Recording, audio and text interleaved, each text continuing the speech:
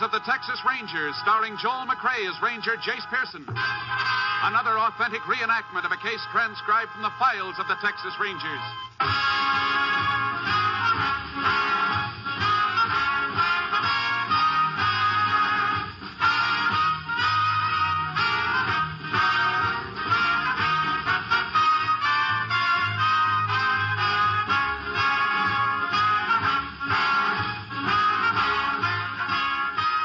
Dates and places in the following story are fictitious for obvious reasons. The events themselves are a matter of record.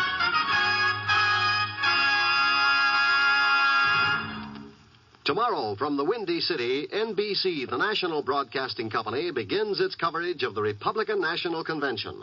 More than 300 experts in their fields will be on hand to bring you every important news event of the next week. Yes, tomorrow is the big day. NBC has been preparing for this convention coverage for almost a full year.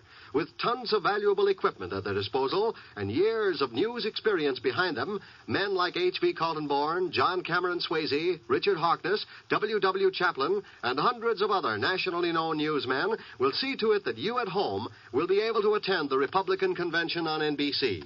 You'll be closer to the activity than many of the people at Chicago's International Amphitheater. For NBC will take you to the convention floor, to smoke-filled rooms, and to news studios built especially for convention use. Yes, NBC, with more personnel than any other network, will be your best bet for convention coverage. You'll hear all the news first on this station. Now, the Texas Rangers.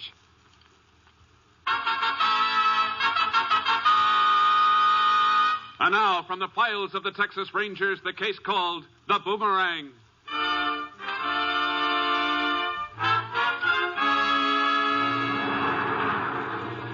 It is late afternoon on a Thursday in May, 1937. Several miles north of Catonsville, Texas, a car containing two middle-aged women pulls up in front of a shanty on a rundown farm. He's here, all right. There's his horse and buggy. I'll ride back with him, Ruthie. All right, Ethel. Thanks for driving me over. Don't mention it.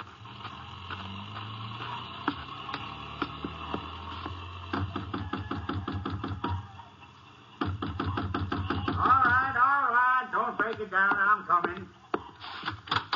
Oh, Mrs. Hadley. What do you want? Is my father in there? No, he ain't. Don't lie to me. That's his buggy. I said he ain't around. Now get out of here. Don't tell me what to do, Sam White. I'm coming in to get my paw. You take one step inside my place and I'll bust you in the teeth. What? Why, when my Harry gets back from his sister's, we'll see who gets busted in the teeth. Your husband ain't going to do nothing to me. Oh, no? Oh, no. Harry's just as tired of your nagging as your pa is. Oh. He only went to Oklahoma to get away from you for a couple of weeks. That ain't so. Now, you tell my pa to come out of there. Why don't you get on your broom and fly off my property? You're just asking for trouble, Sam, and you're gonna get it. Pa! That you, Ethel? Are you out back? Yes. What do you want? I'm taking him home, and he ain't never coming here again. Why don't you ask him if he wants to go? He don't belong around no filthy, sloppy pig like you. The way I live's none of your nosy business. Hey, Roscoe, the warden's come to take you back. What's the matter this time, Ethel? How many times have I told you not to come over here? And what are you doing with your feet in that tub of dirty water? It's for my rheumatism. It's got sassafras roots and kale in it. Something Sam fixed up for you, I suppose. I'd like to fix up a pine box for you. Shut your mouth, you. Say, ain't that Pa's watch chain you're wearing? Well, what of it? He gave it to me. Pa, why did you give him that gold chain? Well, he liked it. I never heard of such a thing. Sam, you hand over that chain right now. You just try and make me, woman. My mother give that to Pa. And he gave it to me, so I'm keeping it. Let's cut the arguing, Ethel. I give Sam a present, and he's going to keep it. I want him to have it. You're always giving him something. Suppose you give him that box of canned goods out by the back door, too. I just loaned Sam the money for that until his pension check comes through. We bought the stuff because he invited me for supper. What for? So he could get some more of your money? It's your pa's money, not yours. If he helps me out once in a while, it's his business. Well, it's my business, too. Come on, Pa, get your feet out of that tub. Are you going to let your daughter push you around like that? There ain't no use in arguing with her. She always gets her way. If she was mine, I'd put her over my knee and whale the living daylights out of her, like she was a spoiled kid. Come on, Pa. You can put your shoes on in the buggy. Oh, all right, Ethel. Sure, go on, both of you. Eh? Darn crazy woman. Look at you, letting her lead you around by the nose. Go on home, don't come back. Oh, you don't mean that, You Sam. darn right I do. Get off my property or I'll throw you off. See? I told you he was only after your money. Go on, get up in the buggy, Pa. I don't believe it. Why, Sam ain't that way. Sure I am. She told you so. You see? You're not giving him nor anybody else no more money. I won't give him no more, Ethel. I know you won't. Shouldn't keep all that money around the house anyhow. First thing tomorrow morning, you're going to get in this buggy and take every penny of it to the bank. Yeah, you better do it, too, or she'll send you to bed without your supper. Old fool. Get up, Rusty. Get up.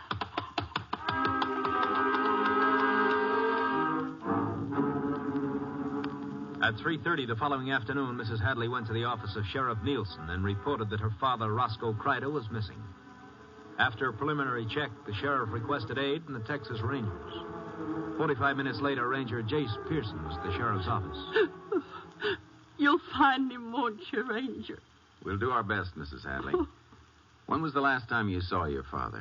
About 9:30 this morning, when he took off in the buggy. With the $1,400? Yes, sir. Was in a tin box. He never got to the bank, Jace.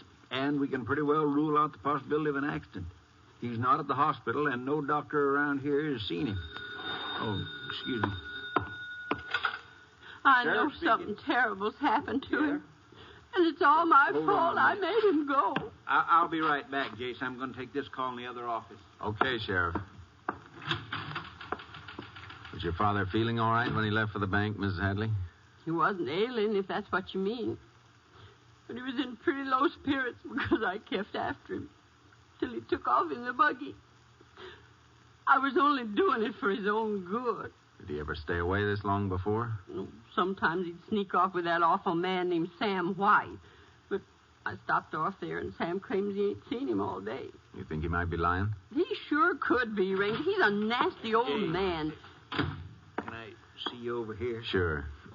Excuse me, ma'am. What is it, Sheriff? That phone call. One of our boys in a plane thinks he spotted Kreider's horse and buggy Where? on the edge of Bourne's Lake, but there was nobody near it. Have a deputy take Mrs. Hadley home. We'll go out there.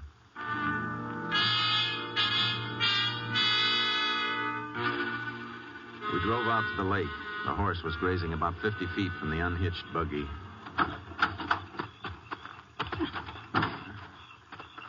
Well, don't see him anywhere. There's nothing in the buggy. You can see where he walked around unhitching the horse. Yeah, And I wouldn't- Look over there, Sheriff. Where?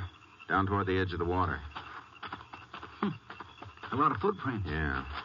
He must have gone up to his ankles in mud. Looks like someone shoved a rowboat off here into the water. Reckon he went rowing? It doesn't make much sense that Roscoe Kreider would take his money down here and go rowing. Sure doesn't. Can you see any boats on the lake? No, not from here. Let's get up on that rise. We ought to be able to spot it from there. Lake's only half-mile across at most. Yeah, this should be high enough. And there isn't a single boat out there. Now, wait a minute. There's one over there in that inlet. Hmm? Nobody in it, though. Let's take a look. Might be the one Kreider used.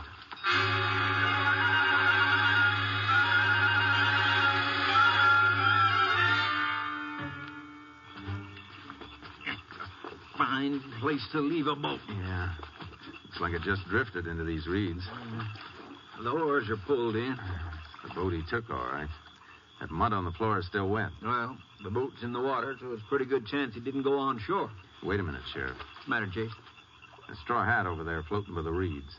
Come on. Doesn't look like it's been in the water very long. Look at the initials in this hatband. R.C. Roscoe Kreider. He must have committed suicide. Guess so. We better drag the lake.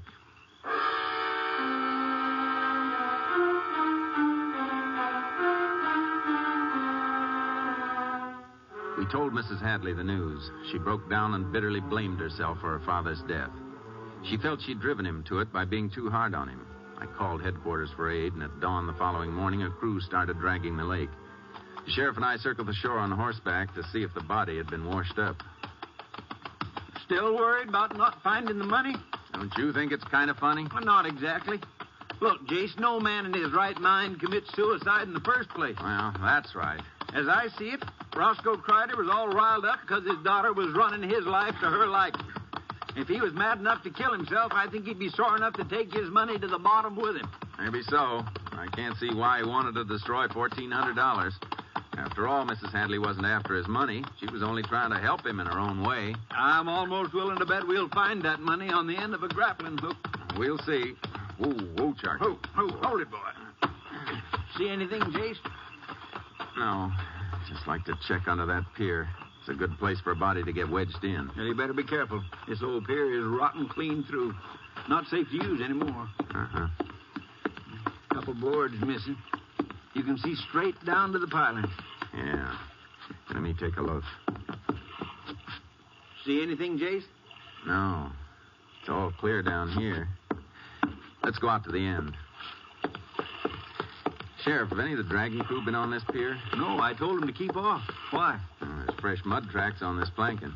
Well, I know none of the boys were out here. Looks like these tracks were made by someone who got out of a boat. You mean maybe Roscoe Crider didn't commit suicide? I don't know. We didn't find any suicide note. Besides, what proof do we have that Roscoe Crider wasn't robbed and killed? You think these tracks belong to somebody who killed Roscoe? It's sure possible.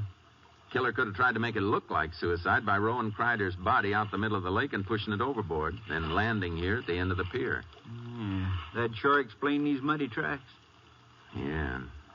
Another thing. The wind's been blowing from the southeast for the last couple of days.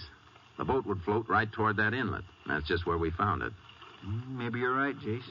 Maybe it was murder. When we find the body, we'll know for sure.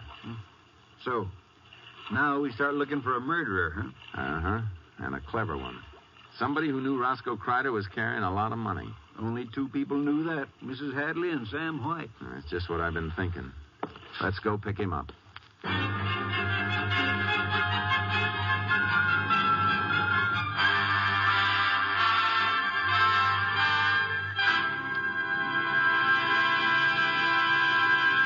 In just a moment, we will continue with Tales of the Texas Rangers, starring Joel McCrea as Ranger Jace Pearson.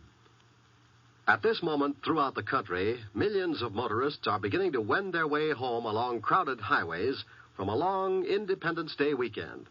It is at times such as these when accidents happen more frequently, when death and driving draw closer together. You can help to decrease the accident and death rate on our nation's highways.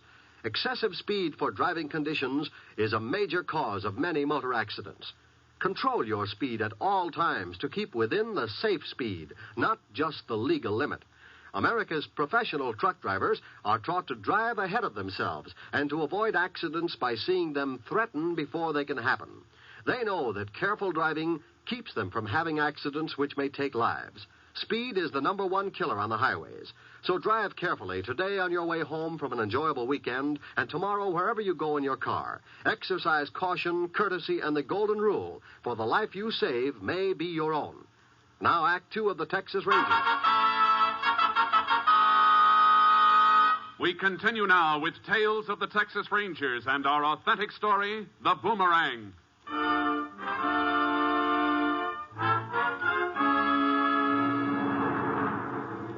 We left the crew at the lake and drove to Sam White's dilapidated farmhouse. Outside, we saw an elderly woman trying to lead a mule up a ramp into the back of a truck. I wonder who that woman is. Sam isn't married. Probably a neighbor. Howdy, boys. Howdy, ma'am. How come Sam isn't out here helping you with this mule? No, he moved. Come on now, get up here. This here mule's as stubborn as Sam White. When'd he move? Last night, bought all his stock, but this ornery mule of his won't pay me no mind. Get on up there. I'm going to have to take a whip to him sure as I'm born. Know where Sam went? I got no idea at all. When he come by last night, he had all his stuff piled on a trailer, hooked on back, the old wreck he drives. Levi, no, you do a man? Sure you do, Sheriff. I'm Red Russell's sister, live over near the South Wash. Oh, of course. I didn't recognize you with your hair, Bob. Did Sam say where he was going? Nope, just said, doggone you, mule, now get on up, not down. Come on now, come on. boy. Land sakes, that was. Would you mind just shoving that ramp and closing the tailgate? Sure, ma'am. Thanks. Now, what was I telling you? About last night.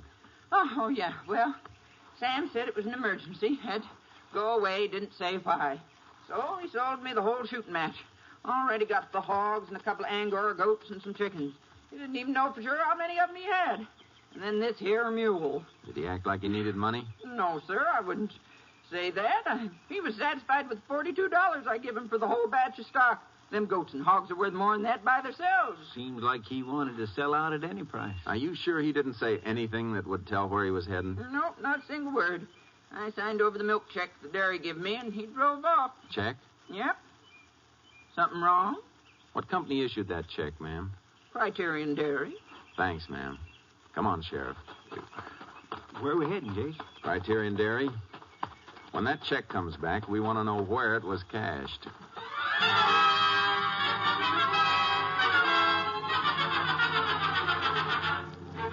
We went to the dairy company. They arranged with their bank to notify us when the canceled check came back.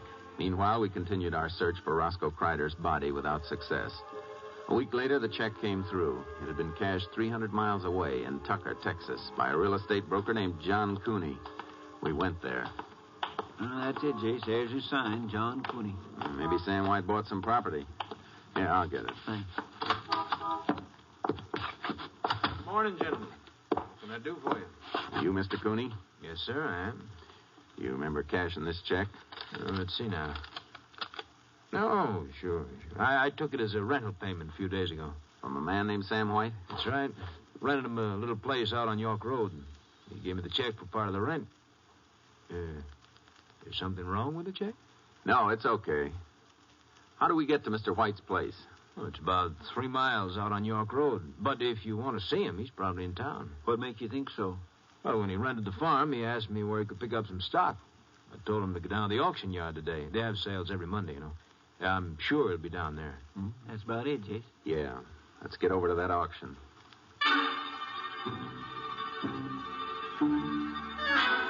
The auction was held out in the open. We moved around the edge of the crowd trying to spot Sam White. You know, we're sure going to have a time finding him among all these people. I just hope he doesn't see us first and sneak out. Why don't we mix with the crowd and wander through it, Sheriff? Okay. Could we get through here, please? Sam's a big man, Jace. Easy to... Hey, Jace, I think I see him. Where? Right up front, wearing that checkered shirt. Uh-huh. Come on. Excuse me, please. Pardon me. Let us through, please. He sees us, Jace. Look, there he goes. Keep an eye on him, Sheriff.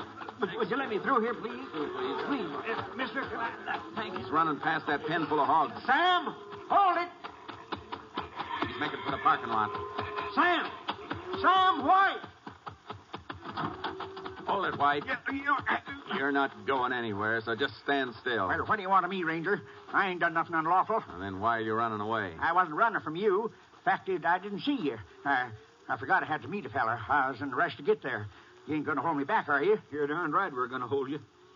You've got a lot of answering to do. About what? I don't know what you want me to tell you. Why did you leave Catonsville in such a hurry? Well, there's no crime in moving. It's a free country, Ranger. How come you picked the day Roscoe Kreider disappeared? Well, when I heard poor Roscoe drowned himself, I didn't feel like staying around no more. Are you sure you didn't leave because you murdered him? Ranger, you ain't serious, are you? Me kill Roscoe? Why, we is closer than most kinfolk. He had $1,400 on him the day he disappeared. Outside of his daughter, you were the only one who knew that. Well, that don't make me no more a murderer than a blue-nosed mule. Where'd you get enough money to be stocking another farm? Sold all my livestock before coming here. I can prove it. You don't have to. We know you only got $42 for it. How about it, Sam? You want to tell us the truth? You're digging a dry well, Sheriff. I wouldn't rob or kill Roscoe, rest his soul, no more than I can fly like a bird. Sam, if we find that money in your house, you're in for a lot of trouble. You know that, don't Now, you stay away from our house. There ain't nothing in it to interest you at all. Quit stalling, Sam. We think you murdered Kreider and took his money. You're going to have to prove it. Maybe we will. Sheriff, let's lock him up.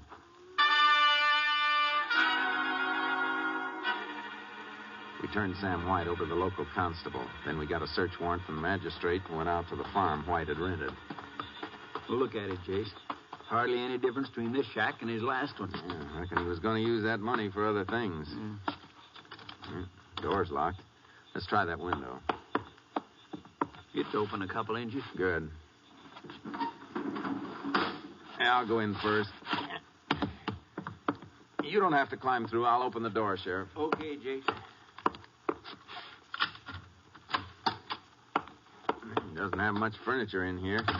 Shouldn't take us long to go through his stuff. Not many places in here to hide it. Let's try this closet. Some packages up on the shelf. What old shoeboxes? Yeah, here's a tin box. The cover's really jammed on tight. Well, there it is.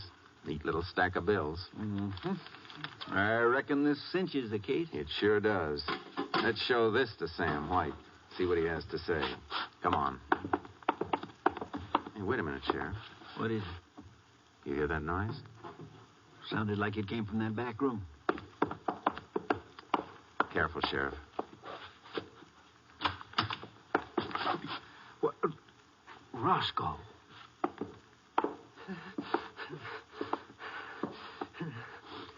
What are you doing here, Mr. Crider? Please don't take me away. I don't want to go back home. Are you all right? Ethel sent you to bring me back, didn't she? Please tell her you couldn't find me. Nobody sent us, Mr. Crider. We thought you were dead. Well, that's what I wanted you to think. Ain't there some way you can forget you've seen me?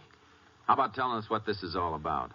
You promise I can stay here? You're an adult. You got a right to do anything you want. Yeah, my daughter don't think so. Everything I done was wrong. I couldn't smoke in the house. I had to eat only what she liked. I had to go to bed when she had company. Treated me just like a kid. Well, you had money. Why didn't you move out? I did. I moved in with Sam once. Ethel come after me and made me go back home. I mean, she took me by the arm and she dragged me. She said my place was with her. You didn't have to pretend you were dead. There must have been some other way. Oh, I don't know, Ranger. Ethel would never give up on me unless I was dead. I ain't never going back. Did Sam talk you into that fake suicide? Yeah. You sure he didn't do it just to get more of your money? Oh, no, Ranger. Why, Sam always pays back what he owes me. And the only money I spend now is for my own keep. I see. Mr. Crider, you know your daughter has to be told you're alive. No. It'd just be the same thing all over again. Nagging me and bawling me out. Please don't tell her. We have to, Roscoe. She filed a missing persons report. She has to know you're alive. Well, do you have to tell her where I am? That part's up to you. Well, then I don't want her to know. She's been miserable blaming herself for your suicide. She don't care. She does, Mr. Crider. She does care. She thought she was doing the right thing for you. She knows now she was wrong. Yeah, not Ethel. She'd never own up to being wrong about anything. If you could see her now, you'd know how sorry she is for the way she treated you. But I wish I could believe that. It'd make me feel a lot happier. You give us a chance to prove it? Well, maybe, but how? You leave that up to us.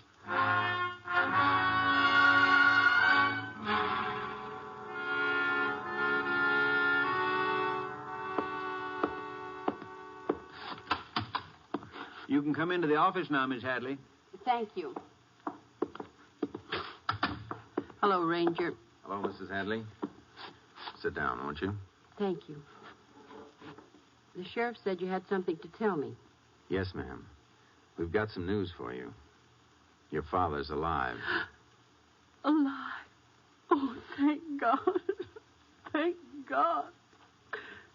Is he all right? He's fine, Mrs. Hadley. Tell me, where is he? That's something we can't tell you. You mean you don't know? We know. Then I don't understand. Why can't you tell me? Because he asked us not to. Oh, he hates me. He hates me that much. No, ma'am, he doesn't hate you.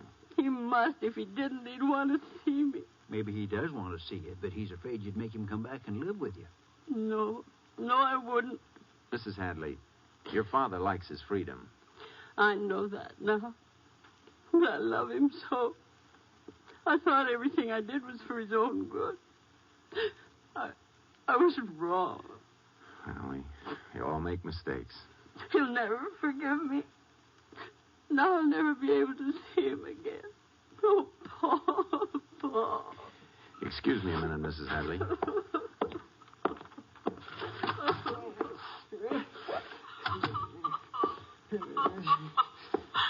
Did you hear what she said, Mr. Kreider? Yes, I heard. You believe us now? I believe you, Ranger. I want to see her.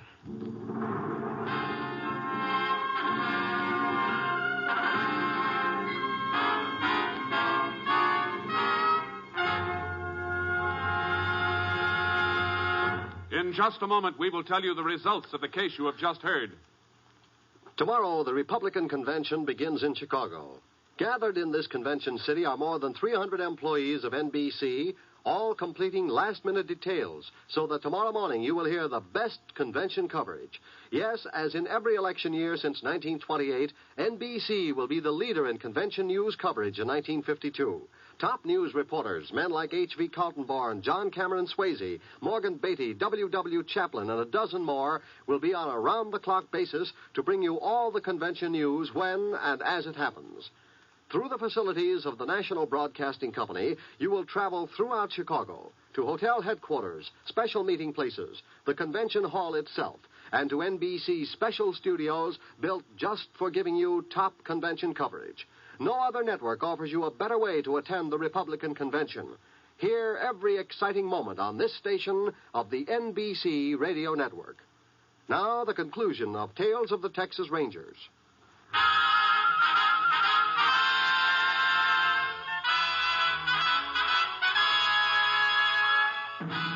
And now, here are the results of the case you have just heard. Mrs. Hadley kept her word. Her father continued living quietly with Sam White on their rented farm. Until his death 7 years later, Roscoe Kreider made periodic visits to his daughter in Catonsville. And here again is the star of our show, Joel McRae. Folks, today is a red-letter day for Tales of the Texas Rangers. It marks our second anniversary on the radio. And as we go into the beginning of the third year, we want to tell you listeners how much we've appreciated your letters and wonderful comments. Most of you know that it takes a lot of work to put on a show of this type. From the gathering of the research material to the sign-off of the actual broadcast, there are dozens of people who help to put over Tales of the Texas Rangers. To the Ranger Force and to all our wonderful friends at the Department of Public Safety, to Captain Gonzalez, to the staff at NBC, and to the local stations that make up this great network, we say thanks ever so much. And to you, the listeners, our grateful appreciation. We hope we'll be with you for a long time to come. And we hope you feel that way, too. Good night, folks, and thanks. See you next week. Next week, Joel McRae in another authentic reenactment of a case from the files of the Texas Rangers.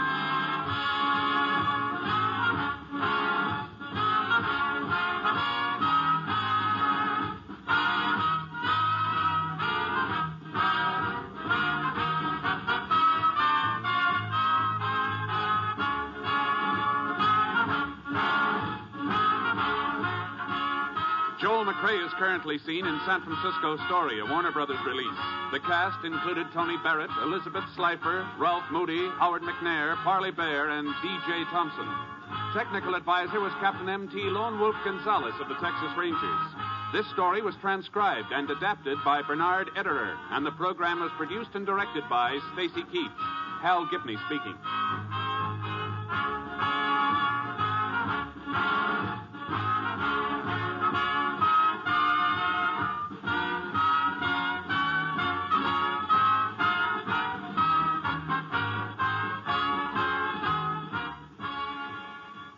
Wednesday is here, the best.